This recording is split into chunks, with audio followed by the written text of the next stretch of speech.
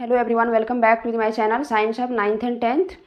इससे पहले हम लोग लगभग 12 डेज बिफोर हम क्लास लिए थे। इधर मेरा कुछ काम है, इम्पोर्टेंट काम है, जिसके कारण हम नहीं ले पा रहे हैं क्लास। मतलब मेरा खुद का एग्ज़ाम है, ठीक है। मेटल का रिएक्शन जो है किसी दूसरे मेटल के सॉल्ट के साथ होगा तो क्या होगा, ये भी पढ़ लिए थे पिछली क्लास में। और आज की क्लास में हम लोग पढ़ेंगे कि मेटल और नॉन मेटल का रिएक्शन जब होता है तब क्या होता है, ठीक है। How do metals and non metals react, ठीक है। जैसे मेटल है प्लस नॉन मेटल, मतलब एक कोई मेटल है और फिर एक कोई नॉन मेटल है, दोनों आपस में मिलकर क्या बनाता है, तो ये एक आयनिक कंपाउंड बनाता है जिसको हम लोग सॉल्ट बोलते हैं। मेटल और नॉन मेटल जब आपस में मिलता है तो हमारा सॉल्ट बनता है, ठीक है। ये सॉल्ट कैसा होता है, आयनिक कंपाउंड होता है। आयनिक कंपाउंड क्यों बोलते हैं, क्योंकि मेटल इलेक्ट्रॉन को लूज करता है। ये मेटल क्या करता है, लूज इलेक्ट्रॉन, मेटल इलेक्ट्रॉन को लूज करता है और क्या बनता है, फॉर्म्ड कैटायन, ठीक है। और ये नॉन मेटल क्या करता है, इलेक्ट्रॉन को गेन करता है या एक्सेप्ट भी बोल सकते हैं, और क्या बनाता है, फॉर्म्ड एनायन। इस कैटायन और इस एनायन दोनों को ही क्या बोलते हैं, आयन्स, ठीक है। तो आयन बनता है दोनों, ठीक है। उसके बाद फिर एक दूसरे को इलेक्ट्रोस्टैटिक फोर्स ऑफ अट्रैक्शन के द्वारा अट्रैक्ट करके क्या बनाता है, सॉल्ट बनाता है, जिसको आयनिक कंपाउंड बोलते हैं, ठीक है। तो आयन बनने से ये कंपाउंड बनता है, इसलिए आयनिक कंपाउंड बोलते हैं, ओके। अब कुछ मेटल हम लोग लिख लेते हैं एग्जाम्पल के लिए। जैसे मेटल्स कौन कौन से होंगे, तो मेटल्स हो जाएंगे हमारे sodium, potassium, aluminium, magnesium, iron, copper, etc। बहुत सारे मेटल हैं, जितने भी एक्टिनॉइड्स, लेंथेनॉइड्स हैं, सारे मेटल ही हैं। और ट्रांजिशन मेटल जितने भी है ग्रुप डी का, ठीक है, ये सारे मेटल ही हैं। यानी कि अब नॉन मेटल देख लेते हैं हम लोग, कुछ नॉन मेटल्स भी लिख लेते हैं, जिसमें आ जाएगा carbon, oxygen, nitrogen, fluorine, chlorine, phosphorus, sulphur, bromine, iodine, etc। Okay, तो ये हमारे मेटल्स हैं, मतलब कुछ ही मेटल्स लिखे हैं, पूरा तो नहीं लिख पाएंगे ना बोर्ड पे। और ये हमारे नॉन मेटल्स हैं, ठीक है।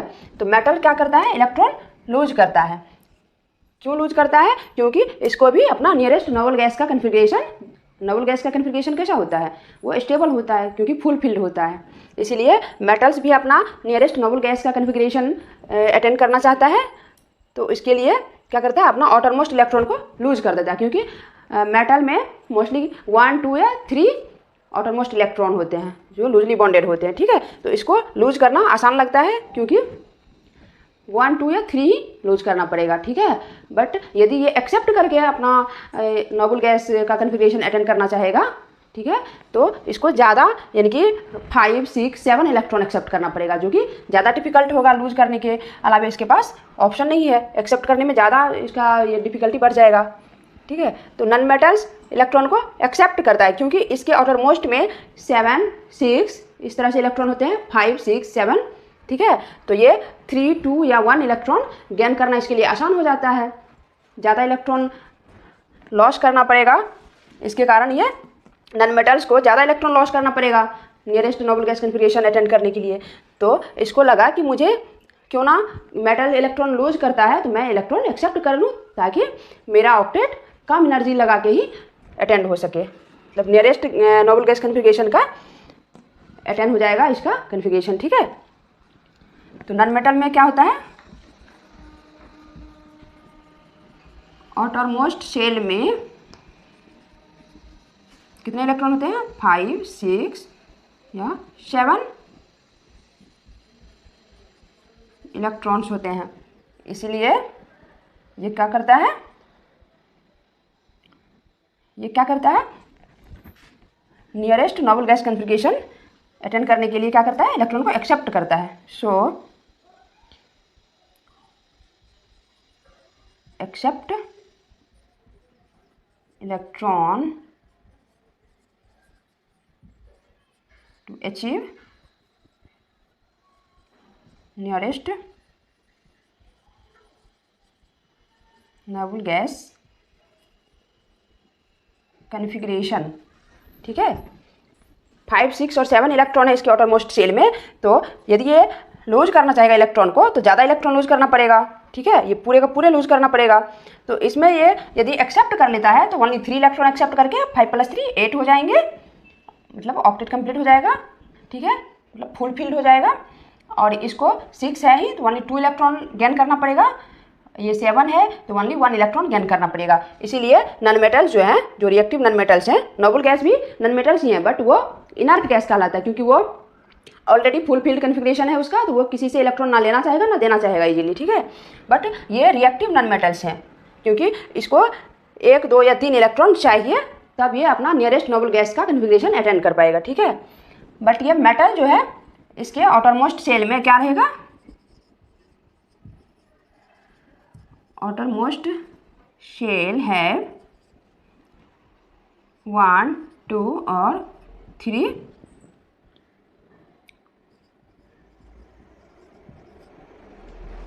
Loosely bonded electrons. इसलिए ये क्या पसंद करेगा, क्या करेगा ये, इसलिए ये करेगा donate. So donate electrons to achieve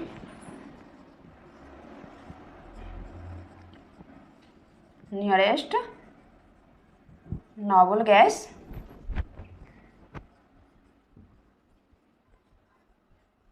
configuration. Okay, अब हम लोग देखेंगे कि आयनिक या इलेक्ट्रोवैलेंट कंपाउंड किसको बोलते हैं। ठीक है, तो इसमें हम लोग जानते हैं, इससे पहले भी डिस्कस कर चुके हैं। ठीक है, कि मेटल प्लस नॉन मेटल आपस में मिलता है तो क्या बनता है, आयनिक कंपाउंड बनता है। वो कैसे बनता है, लिखेंगे द कंपाउंड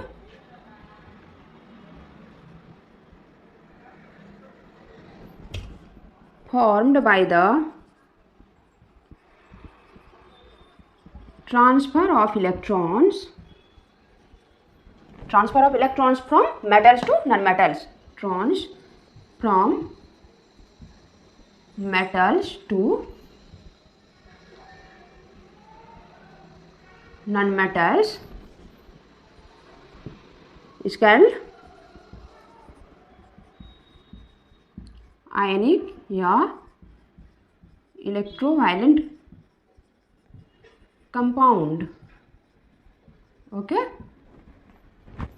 यही कहलाएगा हमारा आयनिक या इलेक्ट्रोवायलेंट कंपाउंड जब मेटल क्या करेगा, इलेक्ट्रॉन ट्रांसफर करेगा और किसको देगा, नॉन मेटल को देगा। ठीक है, ये कैसे होता है, जैसे एग्जांपल के लिए ले लेते हैं, जैसे सोडियम मेटल है।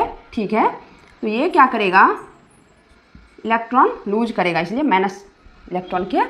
ठीक है, इसका कन्फिग्रेशन क्या होता है, 2, 8, 1 होता है। ठीक है, ये तो 2, 8 है, ये नियॉन जो कि इनर्ट गैस है, नियॉन इनर्ट गैस है, उसका इलेक्ट्रॉनिक कन्फिग्रेशन अटेंड करना चाहेगा क्योंकि इसका एटॉमिक नंबर है 11 और नियॉन का होता है 10।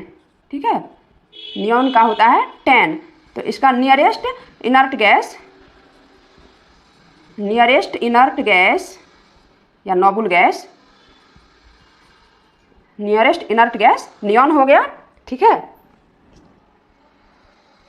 ऑफ सोडियम, सोडियम का नियरेस्ट इनर्ट गैस कौन हो गया, नियॉन हो गया, जिसका ये एटॉमिक नंबर 10 है और सोडियम का 11 होता है। ठीक है, नेक्स्ट इनर्ट गैस आर्गन होता है जिसका एटॉमिक नंबर 18 होता है। उसको अचीव करना तो इसके लिए मुश्किल होगा, थोड़ा मुश्किल हो जाएगा। ठीक है, क्योंकि 11 के बाद 7 इलेक्ट्रॉन और इसको लेना पड़ेगा, किसी से गेन करना पड़ेगा, 7 इलेक्ट्रॉन गेन करना पड़ेगा, तब जा करके इसका क्या होगा, 288, यानी कि आर्गन जो इनर्ट गैस है, नोबल गैस है, उसका कन्फिग्रेशन कंप्लीट हो पाएगा। तो वो 7 इलेक्ट्रॉन गेन करना इसके लिए डिफिकल्ट है, इसलिए ये क्या करेगा, 1 इलेक्ट्रॉन इजीली लूज करके ये अपना जो पास का नोबल गैस है, इनर्ट गैस है, नियॉन, ठीक है, उसका ये कन्फिग्रेशन अटेंड करना चाहेगा क्योंकि इसके लिए इसको ओनली 1 इलेक्ट्रॉन ही लूज करना पड़ रहा है। तो ये क्या कर देगा, ये इस तरह से 1 इलेक्ट्रॉन लूज कर देगा, इसको ऐसे लिखेंगे, ठीक है। तो अब इसका कन्फिग्रेशन हो गया 2,8, जो किसका कन्फिग्रेशन है, नियॉन। ये क्या है, एक इनर्ट गैस है। जितना भी इनर्ट गैस है ना, सभी का कन्फिग्रेशन स्टेबल होता है, क्योंकि फुलफिल्ड होता है आउटरमोस्ट शेल में, ऑक्टेट कंप्लीट होता है, ठीक है। तो इसीलिए सारे मेटल्स नॉन मेटल्स क्या करना चाहेंगे, अपने नियरेस्ट नोबल गैस का कन्फिग्रेशन अटेंड करना चाहेंगे। इसीलिए इलेक्ट्रॉन को लूज करना आसान होता है तो लूज करता है, और यदि गेन करना आसान होता है तो गेन करता है, ठीक है।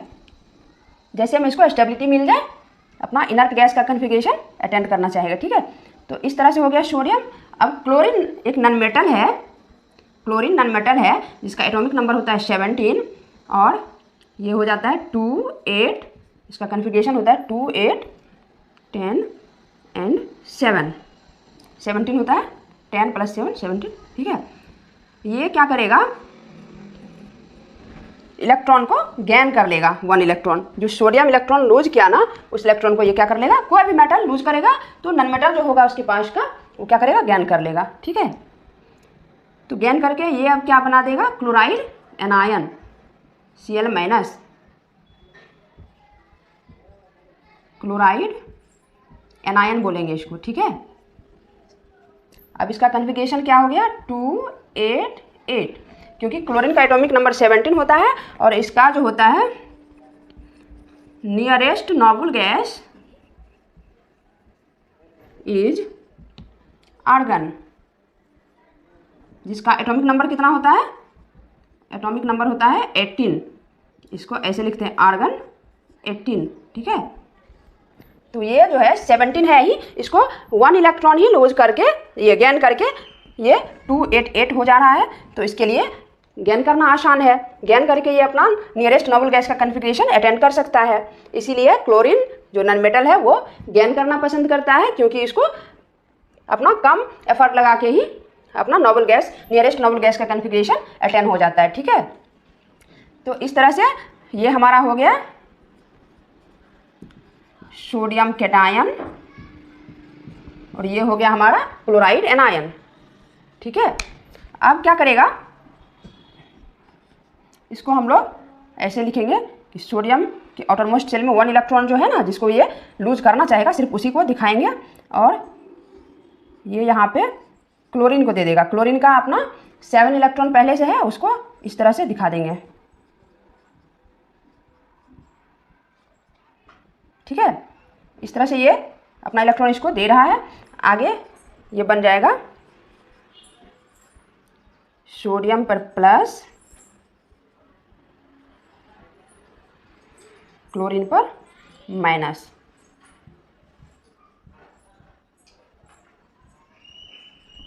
ठीक है।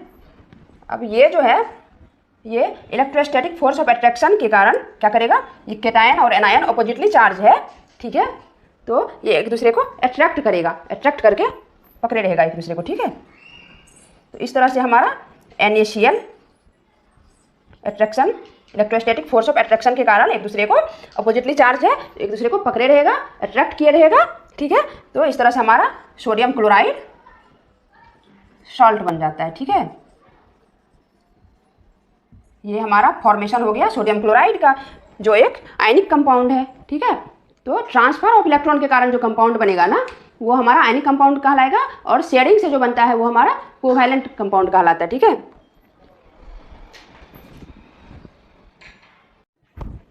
अब इसका एक और एग्जांपल देख लेते हैं, जो NCERT में भी है क्लास 10th के, ठीक है। Metals and non metals chapter चल रहा है, ओके। तो एक और एग्जांपल हम लोग देख लेते हैं कि मैग्नीशियम क्लोराइड कैसे बनता है, ठीक है। MgCl2 का फॉर्मेशन देख लेते हैं, ठीक है। तो हमारा मैग्नीशियम जो है ये मेटल है, जिसका एटॉमिक नंबर होता है 12, और कन्फिग्रेशन क्या होता है 2, 8, 2 होता है, ठीक है। ये हमारा कन्फिग्रेशन है, ओके। और कोई भी नॉन मेटल ले लेते हैं, जैसे क्लोरीन है, क्लोरीन ही ले लें, तो 17, इसका होता है 2, 8, 7, जैसा कि अभी भी दिखा है, ठीक है। तो मैग्नीशियम क्या करेगा, अपना ये 2 इलेक्ट्रॉन लूज करना पसंद करेगा, क्योंकि इसके नियरेस्ट का नोबल गैस भी, जैसे सोडियम का नियरेस्ट नोबल गैस क्या था, नियॉन था जिसका एटॉमिक नंबर 10 था। ठीक है, तो पहले नोबल गैस लिख देते हैं कौन कौन से होते हैं। ये होते हैं हीलियम जिसका एटॉमिक नंबर 2 होता है, नियॉन एटॉमिक नंबर 10 होता है, आर्गन एटॉमिक नंबर 18 होता है, helium neon argon krypton, helium neon argon krypton xenon radon, xenon radon. ये हमारा नोबल गैस है। ठीक है, दिख तो रहा है ना, दिख रहा है। ठीक है, ये हमारा नोबल गैसेज है। अब हम लोग देख लेते हैं कि 12 के ज़्यादा पास कौन सा है, तो 10 ही है। ठीक है, इसलिए ये लूज करके अपना इसके पास का नोबल गैस नियॉन है जिसका एटॉमिक नंबर 10 है, इसका कन्फिगरेशन अटेंड करना चाहेगा। तो ये क्या करेगा, 2 इलेक्ट्रॉन को ये लूज कर देगा। ठीक है, और ये बना लेगा अपना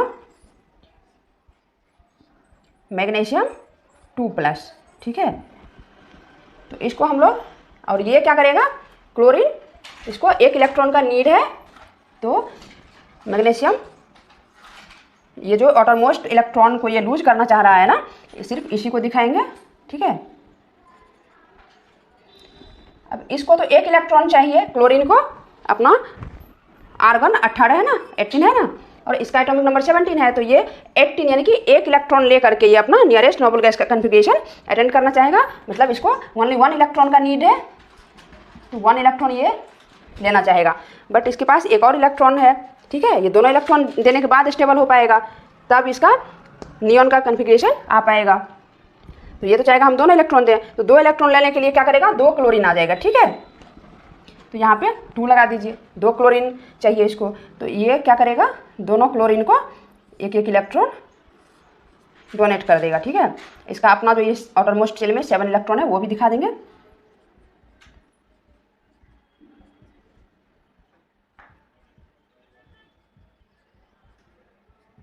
ठीक है, अब इससे क्या बन जाएगा, मैग्नीशियम 2+ एंड 2Cl पर माइनस। ओके, और ये दोनों आपस में अपोजिटली चार्ज है। ठीक है, तो अपोजिटली चार्ज होने के कारण क्या करेगा, एक दूसरे को खींचेगा, अट्रैक्ट करेगा। ठीक है, जैसे शादी भी होती है तो अपोजिट सेक्स के बीच में होता है, मेल और फीमेल के बीच में होता है ना, उसी तरह से ये भी क्या करेगा, ये कैटायन है और ये एनायन है, अपोजिटली चार्ज है, तो एक दूसरे को अट्रैक्ट करेगा। यदि सेम चार्ज रहता, दोनों पॉजिटिव रहेगा, तो एक दूसरे को रिपेल करेगा, भगाएगा। ठीक है, तो अब ये बना लेगा MgCl2 जो एक आयनिक कंपाउंड है। ओके, तो इस तरह से हमारा MgCl2 का फॉर्मेशन हो गया। और नोबल गैसेज भी आप लोग लिख सकते हैं और इसका एटॉमिक नंबर भी लिख दिए हैं, तो इससे आइडिया मिल जाएगा कि इसके नियरेस्ट में कौन सा है। ठीक है, यदि ये नेक्स्ट नोबल गैस कौन है, आर्गन है, नियॉन के बाद आर्गन है। यदि ये आर्गन का कन्फिग्रेशन अटेंड करना चाहेगा तो इसको यहाँ पे 6 इलेक्ट्रॉन लेना पड़ जाएगा, किसी से गेन करना पड़ जाएगा। ठीक है, तो 6 इलेक्ट्रॉन गेन करना ज़्यादा डिफिकल्ट है, तो ये क्या करेगा, 2 इलेक्ट्रॉन को लूज करके ही अपना नियॉन जो नियरेस्ट गैस है इसका कन्फिग्रेशन अटेंड करके स्टेबल हो जाएगा। ओके,